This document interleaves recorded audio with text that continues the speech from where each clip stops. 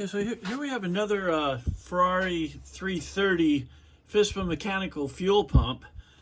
We've re-electroplated the top on it to make it look a little bit better, but its primary problem, which is common, is these screws that hold the sandwich together over the diaphragm. Over a period of time, they draw the zinc die cast down, and these faces are no longer flush.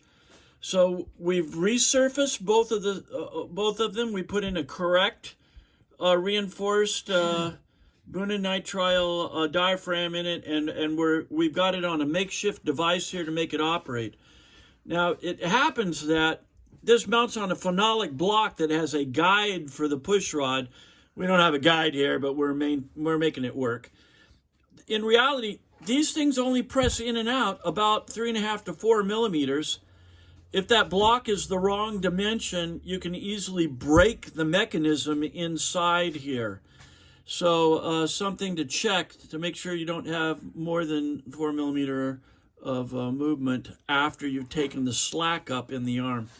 In any case, we're going to go ahead and pump this and show you the total amount of pressure that we can get as we're actually running real gasoline through the thing. Just to be on the safe side, we'll show you we're looking for about 4.5, 5 pounds of pressure. Okay, so as he's operating this, we can see the fluid going through the lines. We still have a little bit of air in the system, but that's not consequential here.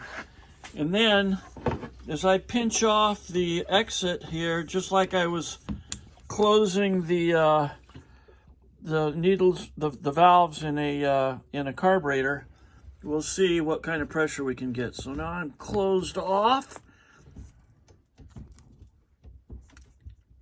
And you can see that we're right up there in 4.5, 5 pounds of pressure. And when he stops, go ahead and stop pumping. And we're holding pressure pretty well. It's my grip here is doing the best I can to hold this thing absolutely closed. And yeah, no bleed back.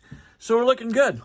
The pump is ready to go, and we're shipping it out. And no leaks. And, oh yeah, and of course, no leaks.